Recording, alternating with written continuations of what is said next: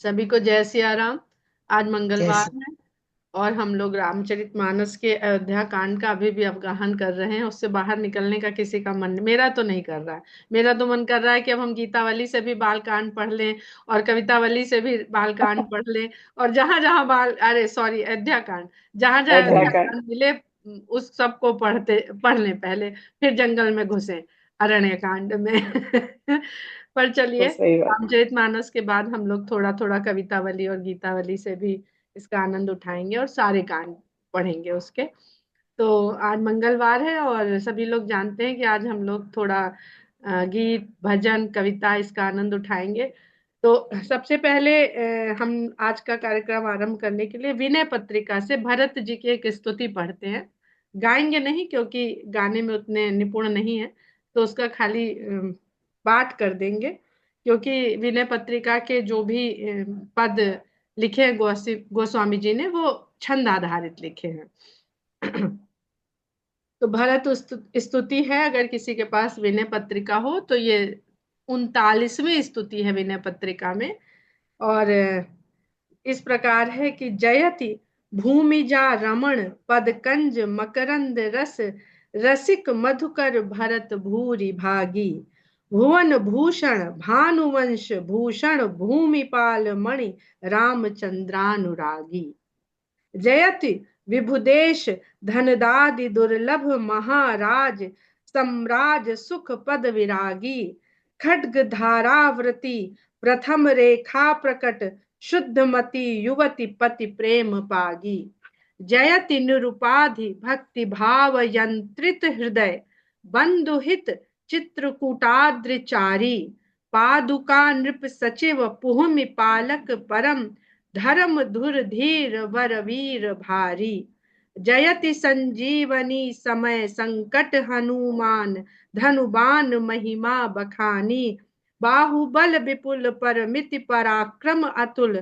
गूढ़ गति जानकी जानी जानी जयति रण अजिर गंधर्व गण गर्व हर फिर किए राम गुण गाथ गाता मांडवी चित्त चातक नवाम बुध बरन सरन तुलसीदास अभय दाता। भरत महाराज की जय। कल अनीता गर्ग ने या वंदना ने पूछा था कि भरत जी को महाराज तो कभी कहते सुना नहीं, पर भक्तों के महाराज हैं, वो भक्त शिरोमणि हैं। तो वो अयोध्या राज के महाराज नहीं है। और यहाँ पर आप देखिए तो गोस्वामी जी ने उनका महाराज के रूप में इसमें भुवन भूषण भानुवंश भूषण भूमिपाल मणि रामचंद्रानुरागी और जयति विभुदेश धनदादि दुर्लभ महाराज सम्राज सुख पद विरागी। ऐसे महाराज हैं जो वैरागी हैं। तो किस तरह के महाराज हैं वो, ये गोस्वामी जी ने भरत जी के लिए बताया है। अब दीपा जी ने सबसे पहले कहा है, तो हम लोग दीपा शर्मा जी से भजन सुनते हैं और उसके बाद जो लोग भी भजन प्रस्तुत करना चाहते हैं, कविता उद्बोधन, तो उनका अपने तैयार रहे एकदम। जी दीपा जी। जय सिया राम। जय सिया राम सभी को। मैं एक भजन प्रस्तुत कर रही हूँ। प्रभु कर कृपा बावरी दीनी सादर भरत शीश धरली सादर भरत शीश धरली राम भक्त ले चला रे राम की निशानी राम भक्त ले चला रे राम की निशानी शीश पर खड़ाओ अखियों में पानी राम भक्त ले चला रे राम की निशानी निशानी राम भक्त ले चला रे राम की निशानी शीश शीश खड़ाओ ले चलाए से राम सिया जी संग हो जैसे। अब इनकी छाँव में रहेगी राजधानी। अब इनकी छाँव में रहेगी राजधानी। शीश पर खड़ा हूँ, अखियों में पानी। राम भक्त ले चला रे, राम की निशानी। पल सुनना है तो छिन सुनो। आज तो वो के नहीं बोलेंगी, सब लोग थोड़ा थोड़ा बोलेंगे। सदियों जैसे। चलो रहने 14 देते हैं। बरस पूरा कटेंगे करो। कैसे। जाने समय क्या खेल रचेगा। कौन मरेगा, कौन बचेगा। कब मिलने के फूल खिलेंगे। नदिया के दो फूल मिलेंगे। जी करता है यही बस जाए। हिल मिल 14 बरस बिताए। राम बिन कठिन है एक घड़ी बितानी। राम भक्त ले चला रे, राम की निशानी। निशानी राम भक्त ले चला रे, राम की निशानी। शीश पर खड़ा हूँ, अखियों में पानी। राम भक्त ले चला रे, राम की निशानी। राम भक्त ले चला रे, राम की निशानी। जय सिया राम।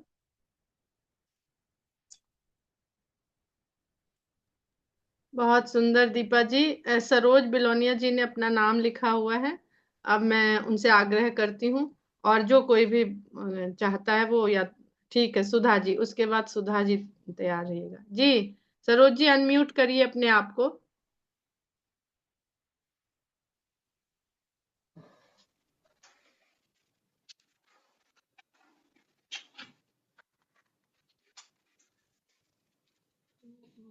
जय श्री राम। एक छोटा सा ही है, लेकिन मेरी ले जा खड़ाऊं भरत भैया। मेरी ले जा खड़ाऊं भरत भैया। माता सुमित्रा से जा कर के कहना। माता सुमित्रा से जा कर के कहना। संग में मेरे लखन भैया। मेरी ले जा खड़ाऊं भरत भैया। माता के कहीं से जा कर के कहना। माता के कहीं से जा कर के कहना।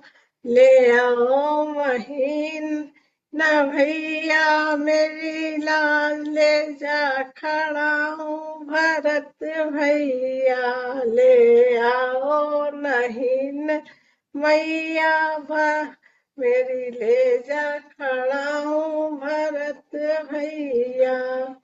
माता कौशल्या से जा कर के कहना। माता कौशल्या से जा कर के कहना। 14 बरस में आएंगे भैया। 14 बरस में आएंगे मैया। मेरी ले जा खड़ा हूँ भरत भैया। अयोध्या वासी से जा कर के कहना। अयोध्या वासी से जा कर के कहना। कर्मों का लेख मिटे ना भैया। कर्मों का लेख मिटे ना भैया। मेरी ले जा खड़ा हूँ भरत भैया। मेरी ले जा खड़ा हूँ भरत भैया। जय श्री राम। बहुत सुंदर, बहुत सुंदर सरोज जी। सुधा मिश्रा जी, आप अनम्यूट करिए।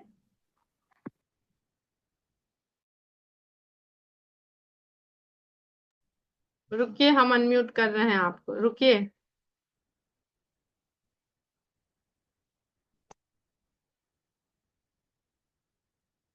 आप अनम्यूट करिए, यहाँ से नहीं हो रही हैं अनम्यूट। अनम्यूट करिए, जो माइक बना होगा आपकी स्क्रीन पे उसको टच करिए।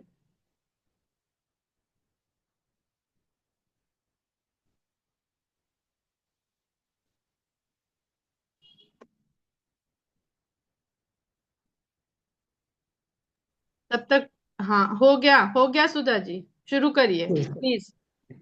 ये मैं बहुत बचपन से याद है मुझे, यहाँ तो मेरे पास कुछ है नहीं इसलिए। परे भूमि नहीं उठत उठाए, बरी करी कृपा सिंधु उर लाए, श्यामल गात रोम भय ठाढ़े, नव राजीव नयन जलि बाढ़े। जब लक्ष्मी वो भरत जी गिर जाते हैं तो वो उनको उठाकर अपने हृदय से लगा लेते हैं, और उनकी मतलब जो श्यामल गात से उनकी जो रोम रोम है वो खड़े हो जाते हैं, और प्रेम की अश्रुजाल उनके बहने रहते हैं। ये मुझे एक बचपन का याद था, वही मैंने कहा। बहुत सुंदर, भरत जी का। बहुत सुंदर। जी।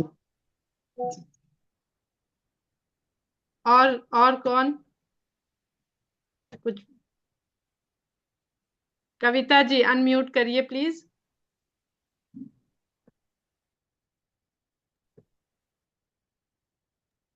अनम्यूट, हाँ हो गया। एक वो भरत चले चित्रकूट वाला जो है वो हम चैती में गाएंगे, उसको चैती गाते हैं हम लोग उसको। भरत चले चित्रकूट हो रामा, राम को मनाने। भरत चले चित्रकूट हो रामा, राम को मनाने। राम को मनाने राजा, राम को मनाने। राम को मनाने राजा, राम को मनाने। भरत चले चित्रकूट हो रामा, भरत चले चित्रकूट हो रामा। भरत चले चित्रकूट हो रामा, राम को मनाने। नगर सौंपी सब सोच सेवकन को, नगर सौंपी सब सोच सेवकन को। सुमिरी चले सिया राम हो रामा, सुमिरी चले सिया राम हो रामा। सुमिरी चले सिया राम हो रामा, राम को मनाने। भरत चले चित्रकूट हो रामा, राम को मनाने। राम को मनाने सिया, राम को मनाने। राम को मनाने भैया, लक्ष्मण को मनाने।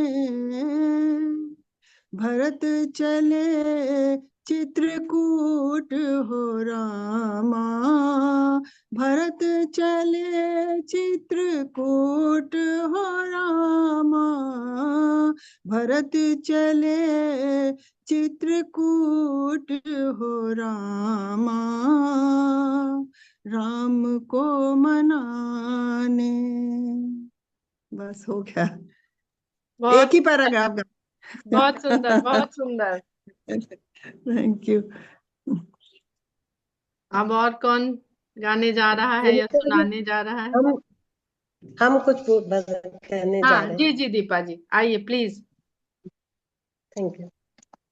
ये भरत जी का त्याग के ऊपर है कुछ लाइनें। पहले तो राम कुटुंब के सभी हमारे भाई बहनों को सादर नमन और जय श्री राम।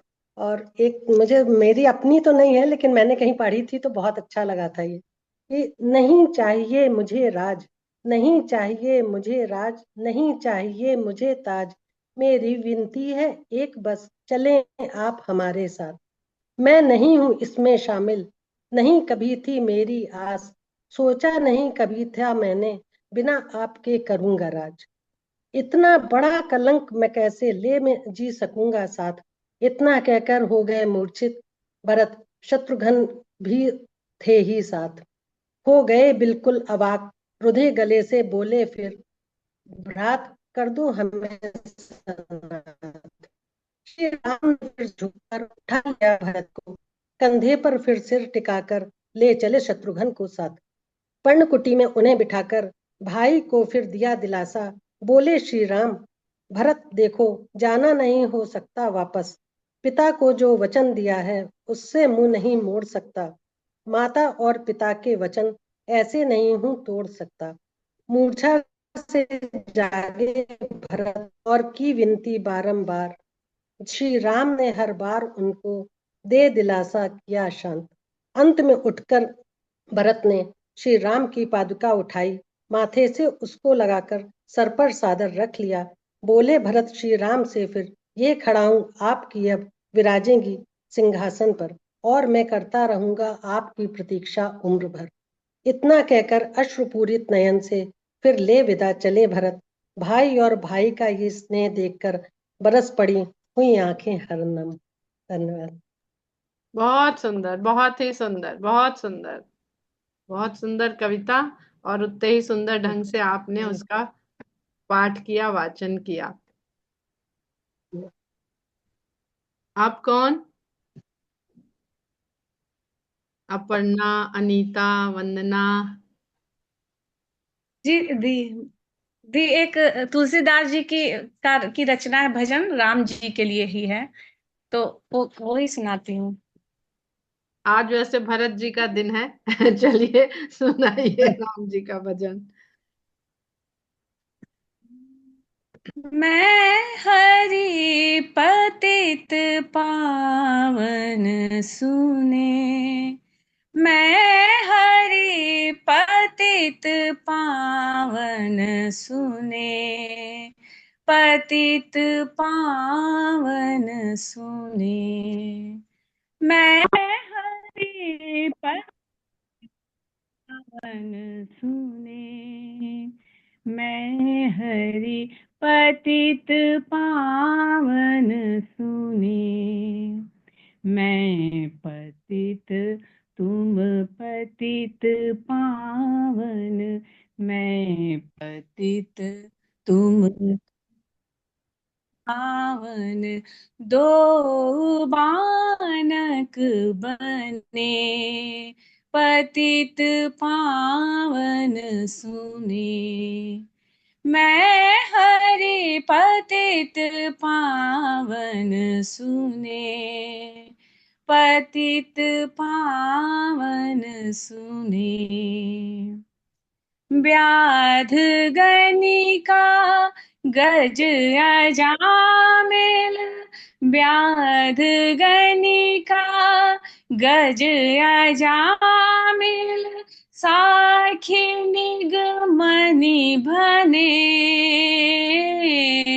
और अधम अनेक तारे, और अधम अनेक तारे, जाति का पैगने, पतित पावन सुने, मैं हरि पतित पावन सुने, पतित पावन सुने, जानी नाम अजानी लीन्हे, जानी नाम अजानी लीन्हे, नरक जमपुर सुर मने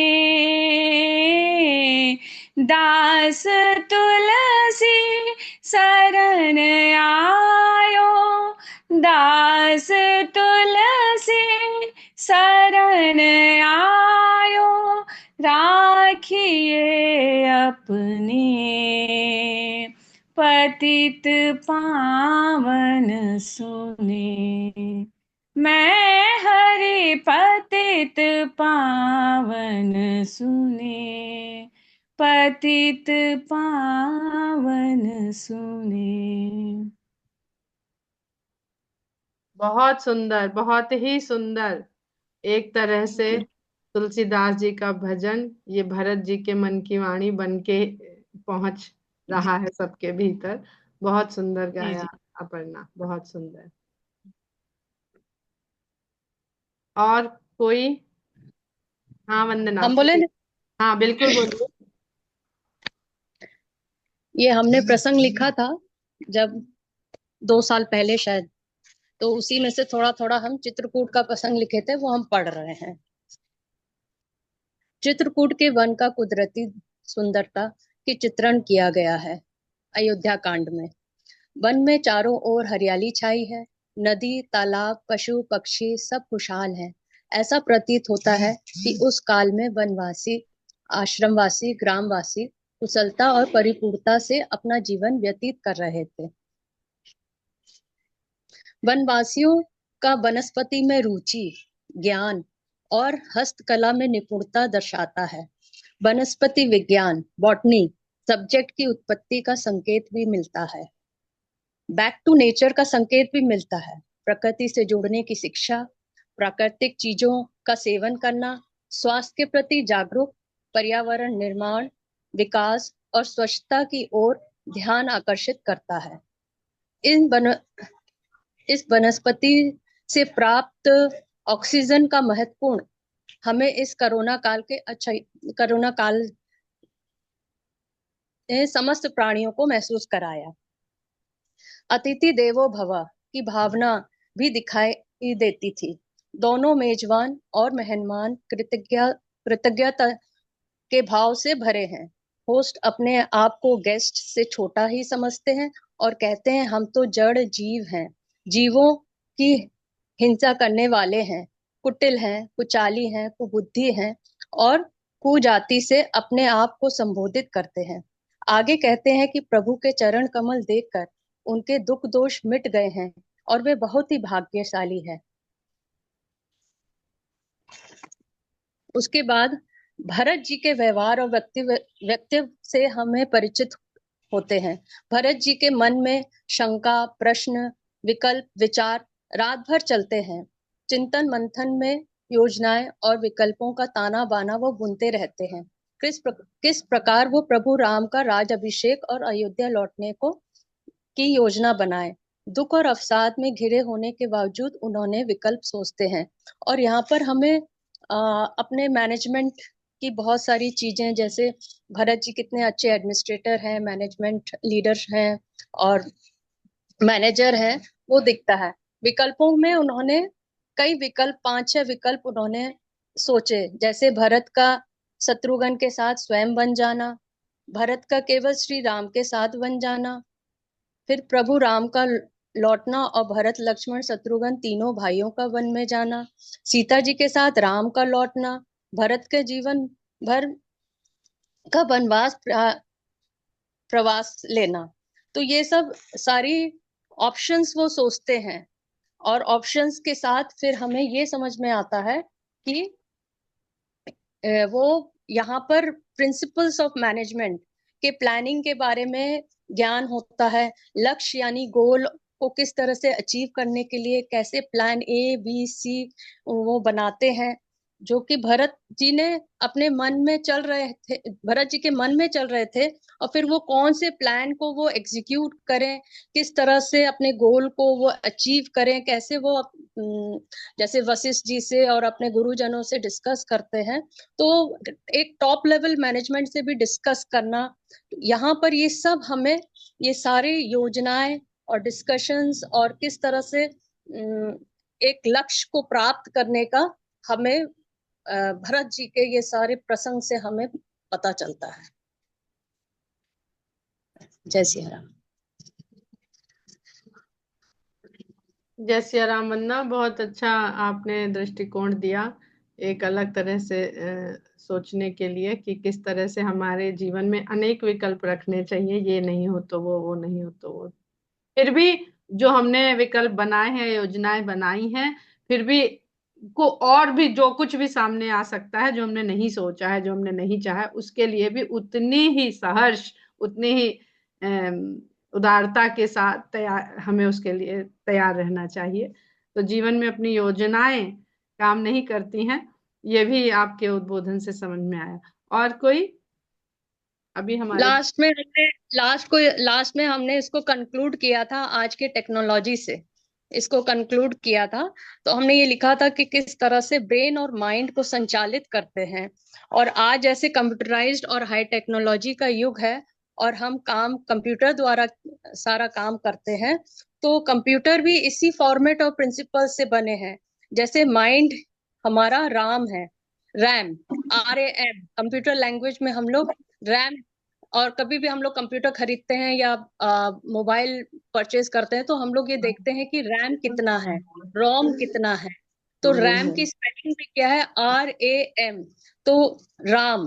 लेकिन इसमें हम लोग कंप्यूटर लैंग्वेज में इसको बोलते हैं रैंडम एक्सेस मेमोरी, अर्थात राम माने वो मेमोरी में हमारे ब्रेन और हमारे माइंड को किस तरह से हम लोग अपने आप को उसको अपलिफ्ट करें, एनहेंस करें। जैसे रैम भी हम लोग अपलिफ्ट करते हैं अपने मोबाइल में, एक सीमित मेमोरी होती है तो उसको हम लोग रैम बढ़ाते हैं, अपलिफ्ट करते हैं। तो इसी तरह से दूसरा प्रोसेसर जो है वो हमारा हार्ट है, और हार्ड ड्राइव हमारा ब्रेन स्टोरेज है। अगर रैम वीक होता है तो कंप्यूटर धीरे चलता है, और रैम अगर स्ट्रांग होता है तो कंप्यूटर तेज चलता है। इसलिए राम नाम का नाम जपते रहिए, भजते रहिए और हंसते रहिए। इसी तरह दुख तकलीफ सब जीवन से मुक्त हो जाएगा। और अपने कंप्यूटर को तेज चलाते रहिए। बहुत बढ़िया। कण कण में राम है, हर चीज में राम है, जीव से लेके तकनीक तक में राम है। बिल्कुल सही बात है ये। और कोई अपने भाव, अपने उद्गार, अपनी कृति रचना कुछ?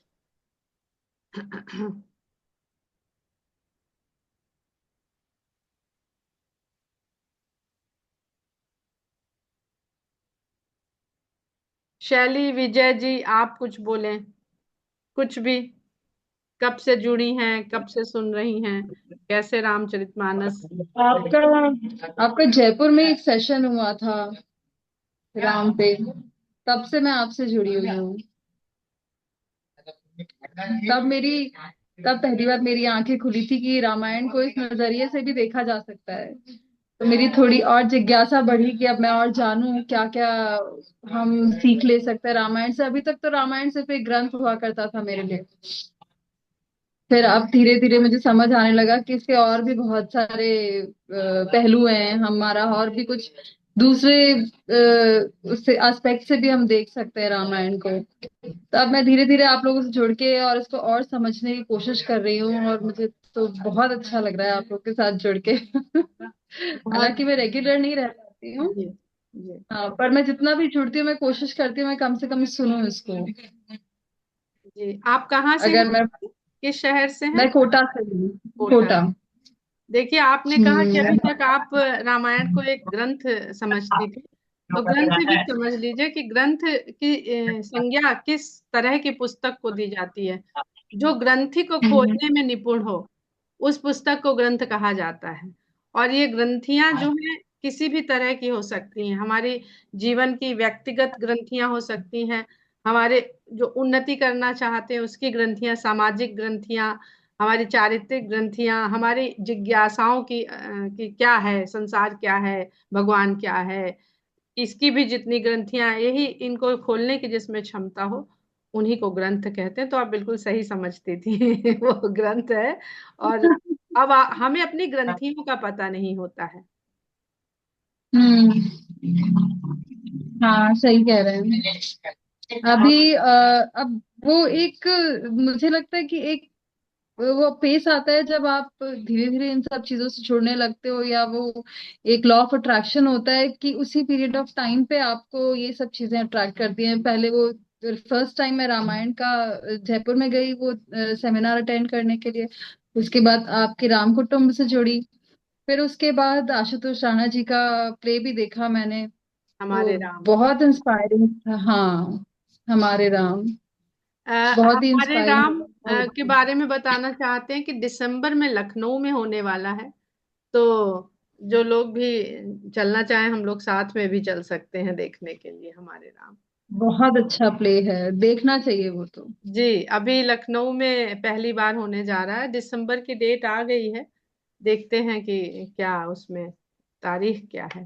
तो आप लोग सब एक साथ लखनऊ में रहते हो तो मुझे ऐसा लगता है, फोमो होता है मुझे। नहीं, सब लखनऊ से नहीं है शैली जी इसमें। हाँ, आधे लोग हो सकते हैं, आधे से कम हो सकते हैं, सब लखनऊ से नहीं है। तो अच्छा। जी, हाँ तो मुझे लगता है कि आप लोग अयोध्या के दर्शन भी करने चले जाते हैं, मैं आप भी आ आइए। जाऊं यहाँ से उड़ के। आप आइए अयोध्या, यहाँ रुकिए लखनऊ, और फिर लखनऊ से अयोध्या हम लोग घुमा के ले आएंगे आपको। तो बहुत पास है। हाँ। आप उसी दिन वापस आ जाएंगे सब दर्शन करके घूम के। और कोई कुछ अच्छा, दर्शनों का टाइम कौन सा होता है वहां पर, सही टाइम जब अपने को आराम से किसी दर्शन हो सकते त्योहार में और किसी ऐसी तिथि में मत आइए। इस समय तो परिक्रमा का समय चल रहा है वहां पे। तो ये आपको हैं? पता चल जाएगा। हम लोग इतना नहीं, हम लोग बहुत देख सुन के गए थे। और कि वीकेंड ना हो, मंगल ना हो, शनिवार ना हो, इसमें बहुत भीड़ होती है। तब भी वो जब अच्छा। सोमवार को पहुंचे कि अभी सब लोग काम में लग जाएंगे, तो पता चला वहां पहुंच के कि आज सोमवती अमावस्या है। अब वो सोमवती वो अमावस्या का रश वहां पर इतना था। तो हनुमानगढ़ी तो हम लोग बस नीचे से ही सीढ़ी देखी है, और सीढ़ी भी नहीं दिखी है, सीढ़ी लोगों से पटी हुई थी, सीढ़ी का भी दर्शन नहीं हुआ है। तो अच्छा। हाँ, पर रामलला के हम्म दर्शन किए, सरयू के दर्शन किए। बहुत आनंद आया। तो वो आपको उसी हम्म समय देखने से पता चलेगा, और हो सकता है कि उसको हम ये भी मान सकते हैं कि भाई हम बहुत अच्छी तिथि में पहुंच गए, हम नहीं चाह रहे थे तो भी भगवान ने वो तिथि कर दी। तो ये सब हम्म। ऐसे होता है। और कोई, अभी हमारे पास 3-4 मिनट का समय है। हाँ नौ ज्योत्सना फरवरी 9 फरवरी को है आशुतोष जी का। हाँ, 9 फरवरी को है। अच्छा, हाँ तभी तो टाइम है। चलिए ज्योत्सना। एक दीदी, मैं ऐसा तो कुछ नहीं पूछू, मैं एक मन में बस विचार है उसके बारे में बात जानना चाह रही हूँ। जैसे लोगों का कहना रहता है कि सुबह हनुमान जी से वो है कि सुबह हनुमान जी का नाम नहीं लेते, वो तो सुंदरकांड में मिल जाता है उस चीज को, प्रात ले ही जो नाम हमारा, उसका तो वहां पे समाधान है।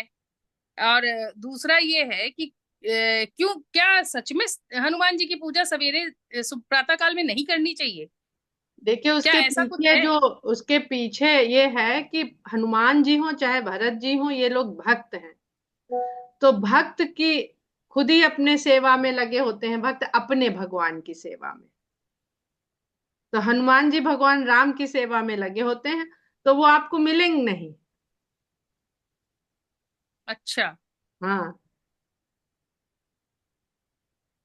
और ये जो उन्होंने कहा प्रात ले जो नाम हमारा ता दिन ताहि न मिले ताहिन यहाँ, ताहिन ये मिले आहारा। उनकी अपनी एक, कहते हैं ना कि विनम्रता है। वो चाहते हैं कि भाई प्रात में राम का नाम लो, राम को याद करो। और ये भी तो लिखा है कि जहाँ राम का नाम होता है, जहाँ राम का गुणगान होता है, वहां तो हनुमान जी विराजमान ही हो जाते हैं। तो वो ड्यूटी में बस। होंगे। तो अगर हाँ। आपने राम को याद किया तो आपके ज्यादा फायदे हुए। राम भी मिले, सीता भी मिली, हनुमान भी मिले। अब हनुमान जी को याद किया तो कहेंगे रुको भाई ठहरो, अभी अपना, हम अपना कार्य, अपना ड्यूटी कर ले, फिर आएंगे। हाँ, वो एक्चुअली होता क्या है, हम सुबह सुंदरकांड पढ़ते हैं, पढ़ते तो 8-9 बजे के करीब है, लेकिन हमसे कई लोगों ने कहा सुबह ना पढ़िए, शाम को पढ़िए। हमने कहा हम जमाने से पढ़ रहे हैं, अब हम शाम को पढ़े। ऐसा ऐसा नहीं, आप पहले आप राम का जमाने नाम से ले ठीक लीजिए ठाक फिर चल रही पढ़िए। है तो आप पढ़ती रहिए, ज्यादा सोचिए नहीं। सोचिए और नहीं। हाँ भगवान वही। जी का नाम किस समय भी लीजिए। देखिए, काल ऐसा काल मत जो है सोचिए। ना, काल को अगर हम काल से परे हट जाएं, काल से परे हट जाएं, तो रात दिन युग कुछ है ही नहीं। सही नहीं है बिल्कुल। है ही नहीं। ये हम लोगों ने निर्धारित किया है कि ये साल हो गया, ये हो गया, ये हो गया, ये हो गया। भगवान तो काल से परे है। ऐसे तो कहते हैं ब्रह्म मुहूर्त में सब कुछ करो तो बहुत अच्छा है। बिल्कुल सुबह उठ के 4 बजे कर लीजिए। क्योंकि ब्रह्म मुहूर्त में इसलिए कहते हैं क्योंकि उस समय जो निशाचरी शक्तियां हैं वो अपनी बहुत तीव्रता में आके खत्म होने वाली होती हैं। तो अगर उस समय हम भगवान का नाम, भगवान की शरण, ध्यान इन सब में जाते हैं तो आप देखिएगा तो जितने भी डिप्रेशन अटैक होते हैं वो इस ब्रह्म मुहूर्त से पहले होते हैं। और अगर इसको हम साइंटिफिकली समझने का प्रयास करते हैं तो हमारी पृथ्वी पे ऊर्जा का स्रोत सूर्य है और सूर्यास्त हो गया 5 बजे, 6 बजे, 6:30 बजे मौसम के अनुसार। तो हमारा ऊर्जा का जो स्रोत है वो स्विच ऑफ हो गया हमारे लिए, वो कहीं और दूसरी पृथ्वी के दूसरे कोने में अब ऊर्जा दे रहा है। तो हमने खाना खाया, जब भोजन किया तो ऐसा तो नहीं है कि हमने खाना खाया और हमारी शक्ति खत्म हो गई। हम जितनी देर खा रहे थे उतनी ही देर हमें शक्ति मिल रही थी। हमने खाना खाया, रोक दिया, अब हमारे खाने से उसको डाइजेस्ट हुआ, फिर हमको उससे पोषण हुआ, फिर हमें ऊर्जा मिली, तो वो चलती रहती है ऊर्जा। फिर क्या होता है, जब वो ऊर्जा कंज्यूम हो जाती है तो हमें फिर से भूख लगती है। तो जब फिर से भूख लगती है तब हम फिर से अपने शरीर में भोजन डालते हैं। वही सूर्य है, सूर्य ही असली ऊर्जा सूर्य ही है। भोजन में वही ऊर्जा है जो सूर्य से धरती में पेड़ पौधों वनस्पतियों ने बनाई है। उसको हम ब्रेक कर देते हैं, जो वो साइकिल बिल्कुल ऑपोजिट होता है। जो वनस्पतियां जिस तरह से बनाती हैं, ऊर्जा को संचित करती हैं, हम उस ऊर्जा को उस कलेक्ट ऊर्जा को तोड़ के अपने काम में उसको कर लेते हैं, तो साइकिल पूरा होता है। अब सूर्यास्त हो गया, हमारी जो ऊर्जा का स्रोत था वो स्विच ऑफ है हमारे लिए। तो धीरे धीरे धीरे धीरे जो हमारी सकारात्मकता है, हमारी जीवनी ऊर्जा है, वो धीरे धीरे खर्च हो रही है। हम यूज कर रहे हैं, यूज कर रहे हैं, यूज कर रहे हैं, इसीलिए हम सो जाते हैं, हम रात में सो जाते हैं।